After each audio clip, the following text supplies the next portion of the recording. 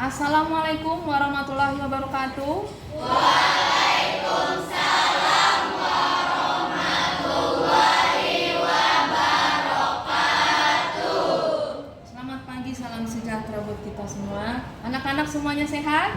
Sehat. Baiklah anak-anak, hari ini kita belajar IPS dengan tema lembaga keuangan. Nah, sebelumnya Ibu ingin melihat dulu anak-anak semuanya hadir semuanya. Tidak. Siapa yang tidak masuk? Wafi. Belva Sion. Delva, Sion. Tri, Randy Alfiansa. Wendy, dan Aira. Wafi. Berarti ada 4 orang yang tidak hadir ya. Aira. Oh, Aira. Aira apa ini? Aira sakit. Sakit. 1, 2, 3, 4. Putri sakit.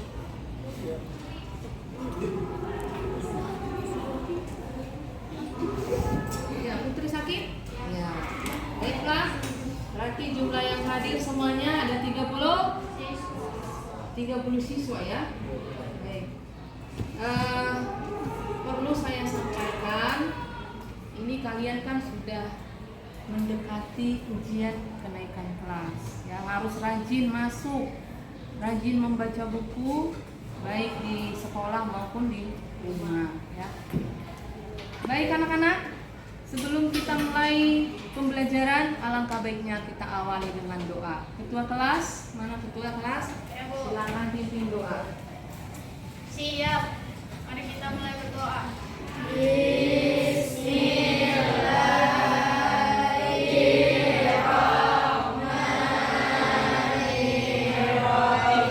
Memberi salam. Assalamualaikum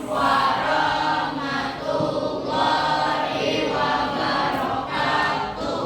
Waalaikumsalam warahmatullahi wabarakatuh. Selamat pagi semuanya. Pagi, Bu. Ya, terima kasih.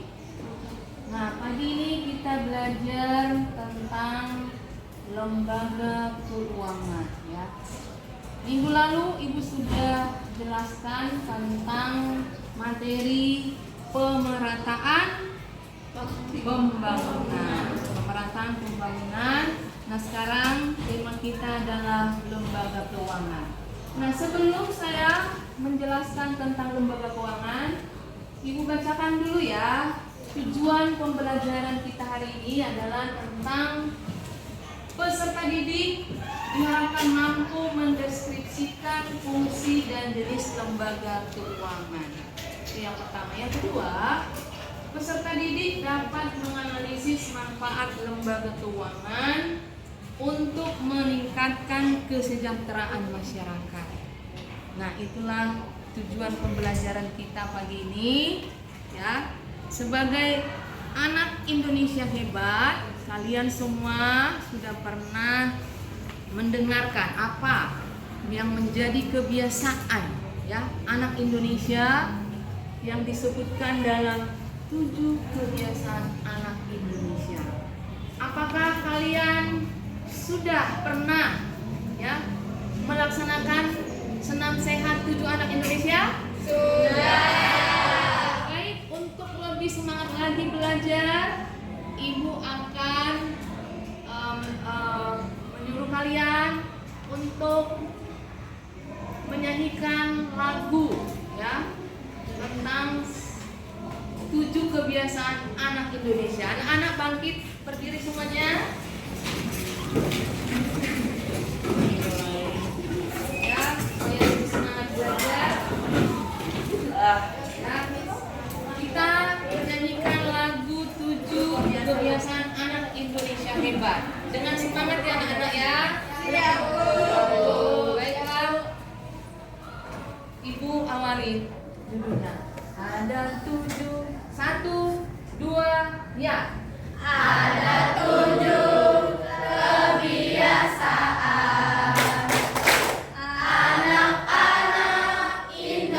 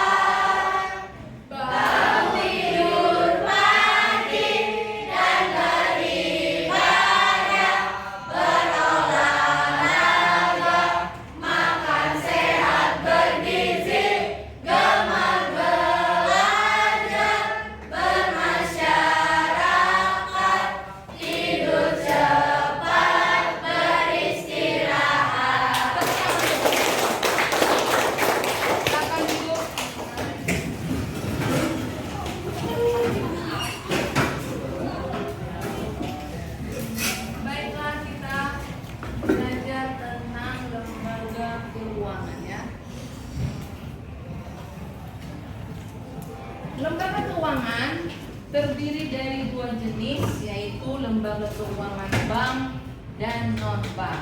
Nah, kita sekarang lihat dulu yang termasuk kepada lembaga keuangan bank.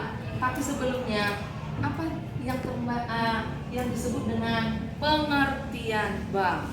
Ya, apa sih pengertian bank? Boleh baca dulu nada yang bank.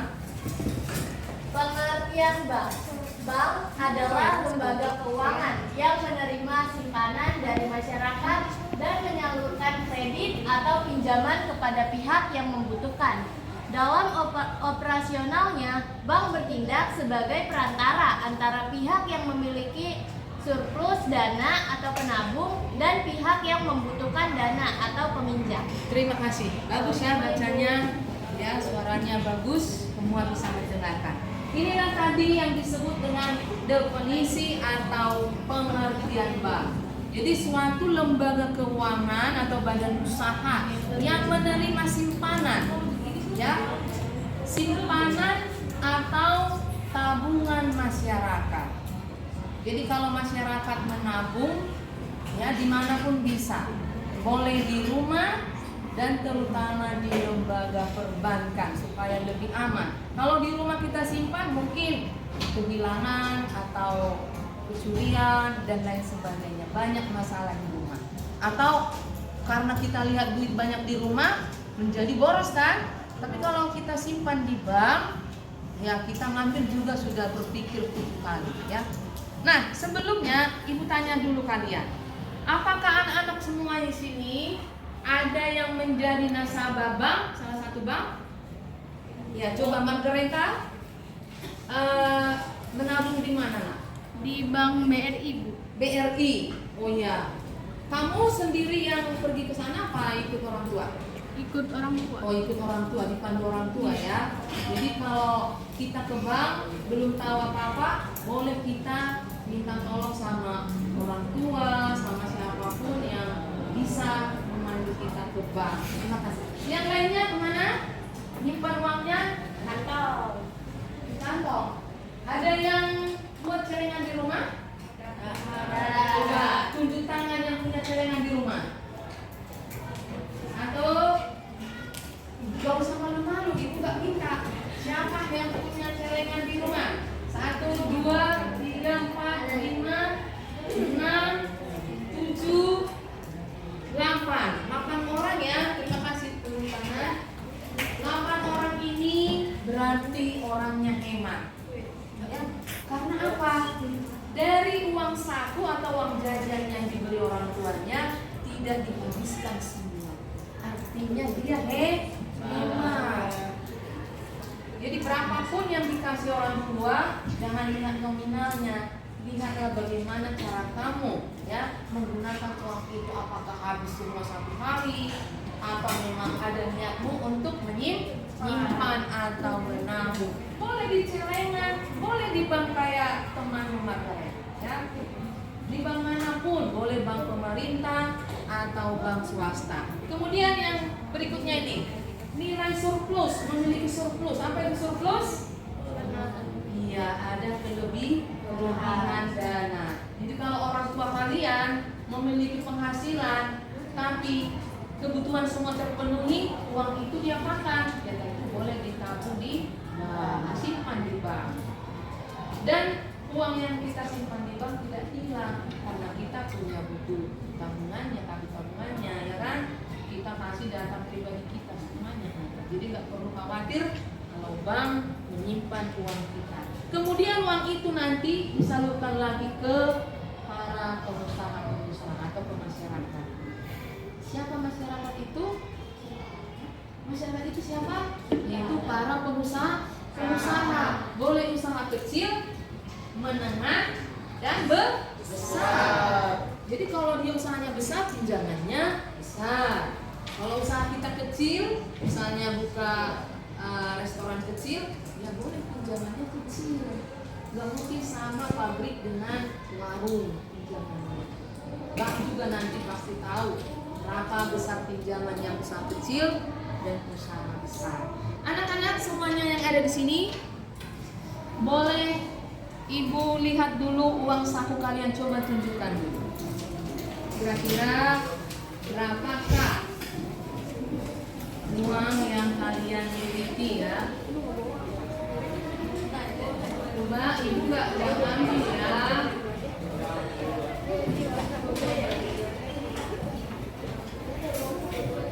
Nah,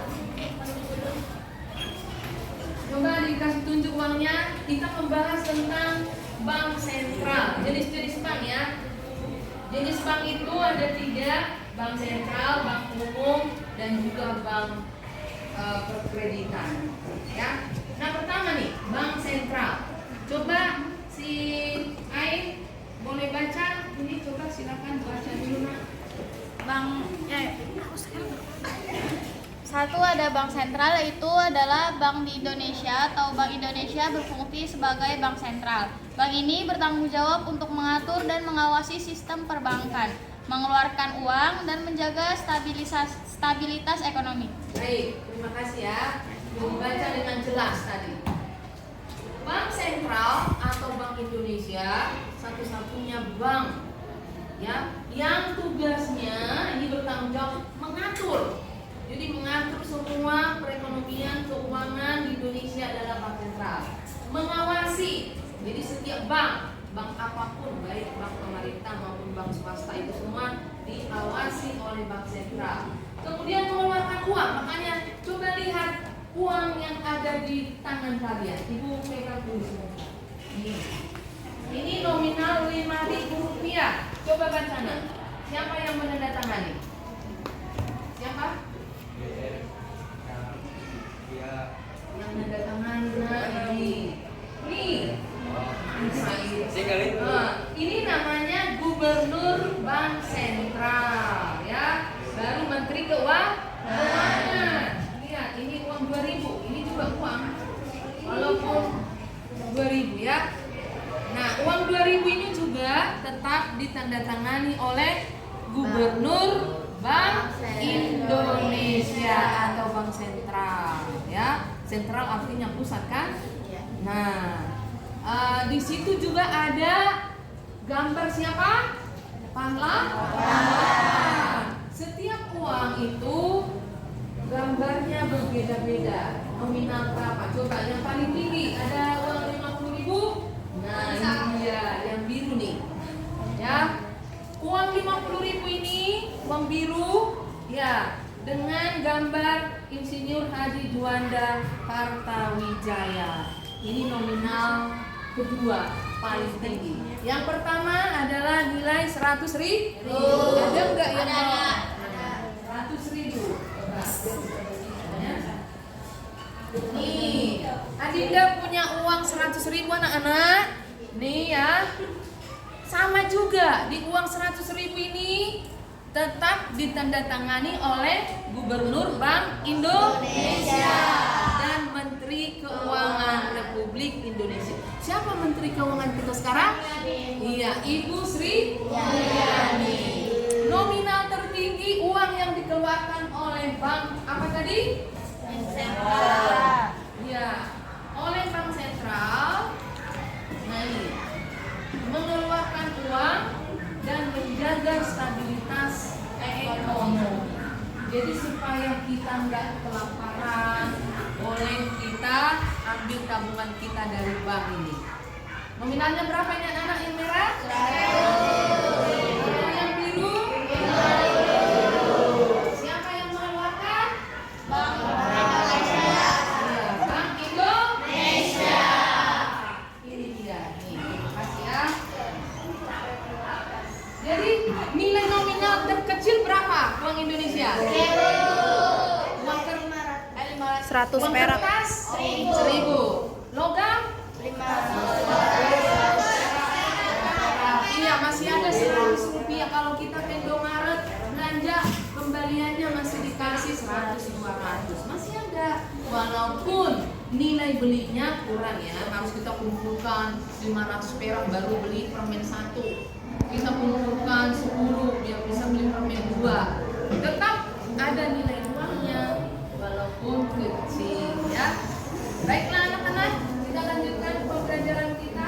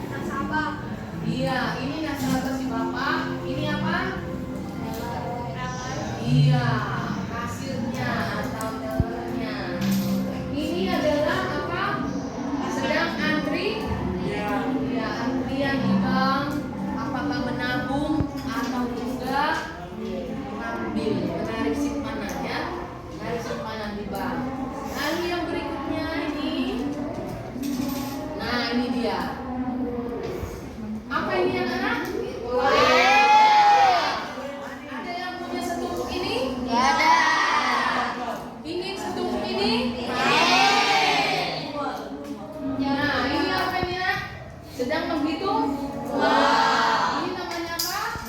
Iya, mesin hitung. Mesin hitung uang. Jadi dalam sekejap 100 juta bisa dihitung di situ dengan mesin hitung ini ya. Jadi dalam hitungan menit bisa kita bertransaksi lebih dari 100 juta. Karena menggunakan apa? Mesin hitung. Nah, sebelum saya akan memberikan dulu apa sih jenis-jenis uang yang diproduksi oleh non-bank ya. Sekarang kita beralih ke non-bank. Apa aja produk-produk non-bank seperti ini? Uang digital dan uang elektronik. Coba Kansa baca dulu apa pengertian uang elektronik. Pengertian uang elektronik. Uang elektronik atau e-money adalah bentuk uang yang disimpan dalam bentuk digital di dalam kartu atau alat lainnya. Contoh umum uang elektronik adalah kartu perbankan yang dapat digunakan untuk membayar di toko atau melakukan transaksi online. Contoh uang elektronik adalah yang biasanya berbentuk kartu e-money yang beredar di Indonesia seperti ShopeePay, Linkaja, Paytrend, Isaku, Opocash, GoPay, Uangku, Gcash, Breeze. Ya, terima kasih. Bagus ya, bacanya juga bagus. Nah, itu salah satu jenis uang elektronik ya. Kalian sudah baca. Nanti anak-anak, ibu akan berikan tugas kalian diskusi kelompok ya tentang manfaat uang elektronik dalam kegiatan ekonomi masyarakat. Silakan anak-anak bentuk dulu kelompoknya 6 orang satu kelompok. Ya, temanya tadi apa? Manfaat uang elektronik ya dalam kehidupan ekonomi masyarakat. Silakan.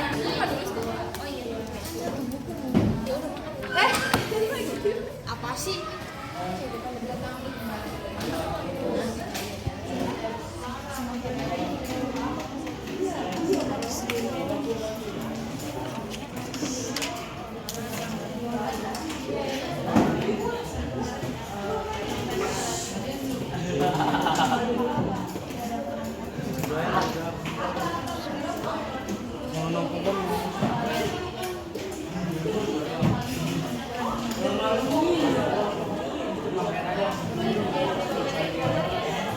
Baiklah anak-anak, sekarang waktunya untuk presentase ke depan.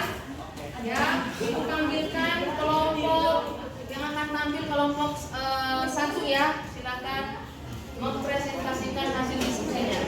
Assalamualaikum warahmatullahi wabarakatuh.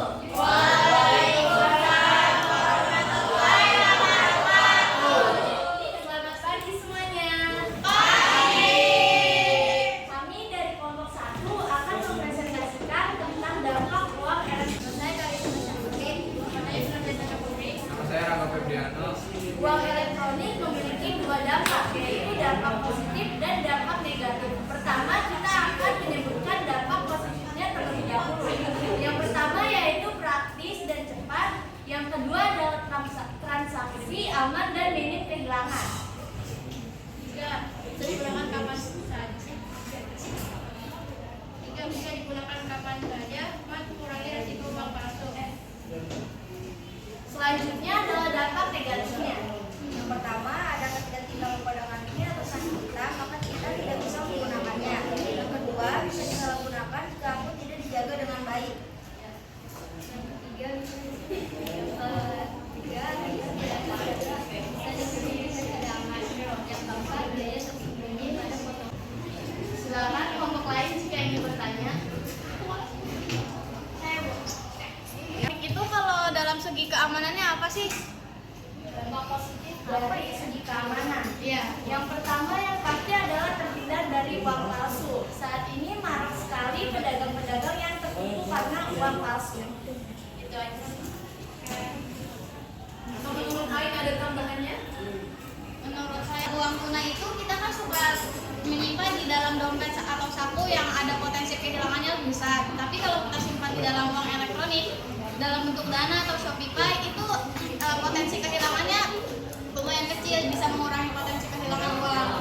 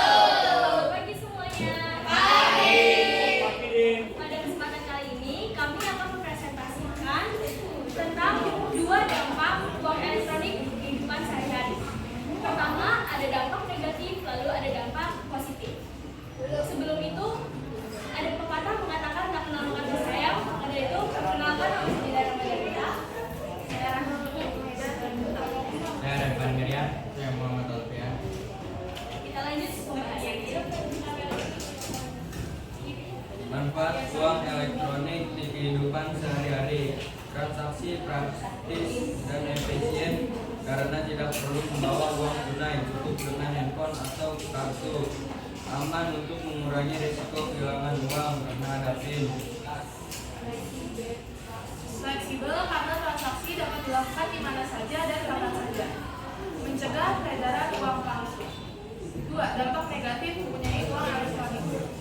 Rentan terhadap kejahatan karena penipuan online sering menargetkan pengguna uang digital.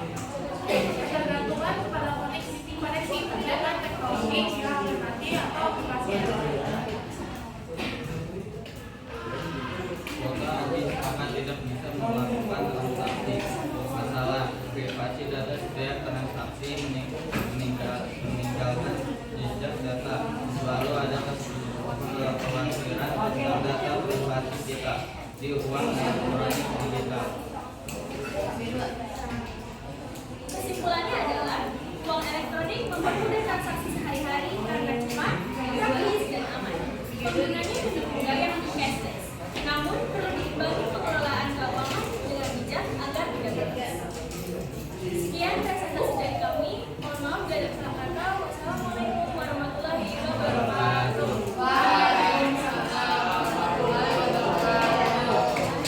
Apa ada yang ingin bertanya?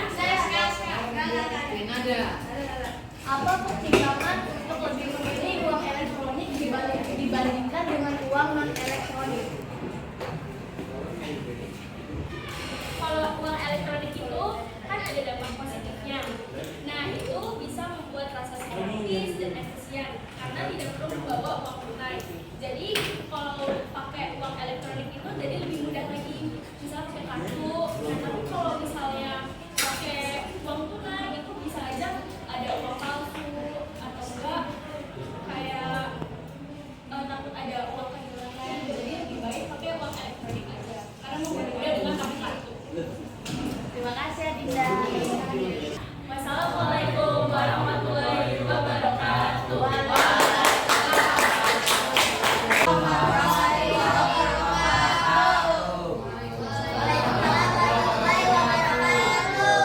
Pada kesempatan kali ini kami dari kelompok 3 akan membacakan kepada teman-teman atau memberikan sedikit informasi terkait manfaat dari uang elektronik dan dampak positif serta dampak negatifnya kepada teman-teman. Sebelum memulai presentasi, perlu teman-teman ketahui kalau uang elektronik atau digital ini juga memiliki banyak manfaatnya. Nah, dari beragam manfaatnya, kami akan menjelaskan kepada teman-teman beberapa manfaatnya itu yang akan dijelaskan oleh teman saya di Pasca. Salah satunya uang elektronik sangat berguna untuk keefektifan waktu. Dengan adanya uang elektronik, transaksi lebih mudah dicakup serta skala transaksi lebih luas. Dampak positifnya dapat mempermudah dalam transfer, mempercepat transaksi, dan dapat menyimpan atau menabung dengan aman, mempermudah membayar paket online, dan dapat mengirim uang dalam skala jauh. Dampak negatifnya: 1. Maraknya terjadi kejahatan cyber, besarnya peluang kesalahan. 3. Adanya penambahan dana administrasi. 4. Kurang dimengerti oleh orang-orang yang pengetahuan tentang teknologi. Baik teman-teman, setelah teman-teman mengamati apa yang telah kami beritahu kepada teman-teman, apakah masih ada yang ingin ditanyakan? Yo, yang mau bertanya? Nanya deh Bu. Ya, ada. Baik, izin bertanya, bagaimana cara meminimalisir peretasan data pada uang elektronik? Jadi pertanyaannya ini memang mungkin sangat realistis dalam kehidupan sehari-hari, yaitu adanya penyalahgunaan data di uang elektronik ini. Nah, untuk upaya yang kita lakukan itu salah satunya dari perusahaan pesan uang elektronik ini dengan adanya meningkatkan kualitas keamanan bagi klien-kliennya, itu seperti data-data pribadi bisa disimpan dengan baik dan meningkatkan keamanannya. Dan kita sebagai konsumer atau yang mengonsumsi uang elektronik tersebut juga bisa berjaga-jaga, tidak dapat gampang dibohongi. Yo. Baik. Sekian dari kelompok kami. Wassalamualaikum warahmatullahi wabarakatuh. Ya. Bagaimana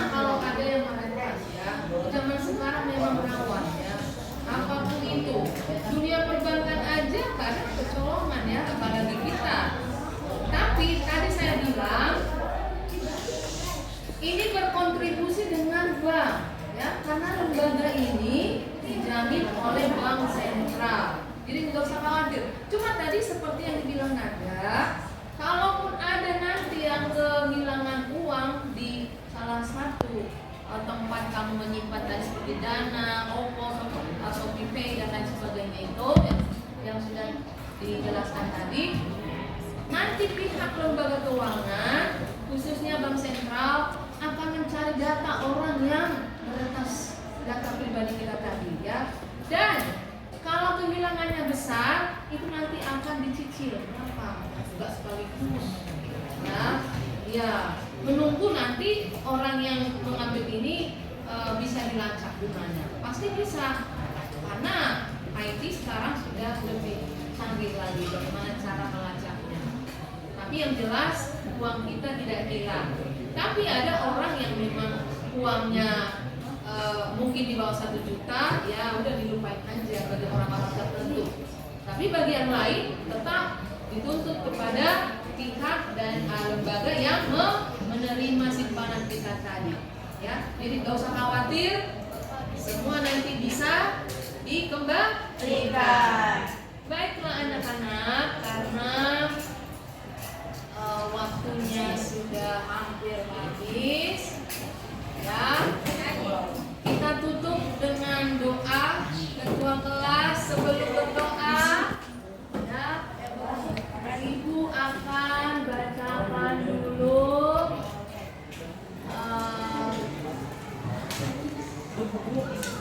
sedikit pantun. Nanti anak-anak boleh tanya, cakep ya. Baiklah. Ibu berpantun sebelum mengakhiri pembelajaran ini. Nyalakan motor akan bergetar. Kaki terkena luka yang perih. Jika kamu rajin belajar, sukses masa depan akan diraih.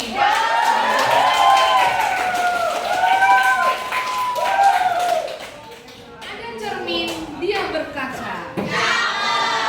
Ada kuda seperti kedelai. Rajin menulis dan membaca, itulah tanda anak yang pandai.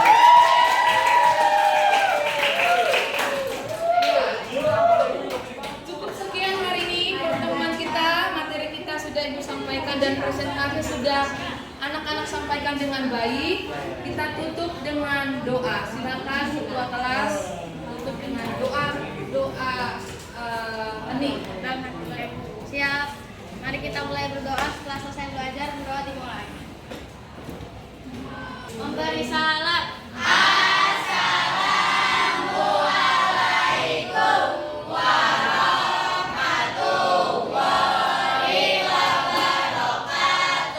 Waalaikumsalam warahmatullahi wabarakatuh. Selamat pagi semuanya.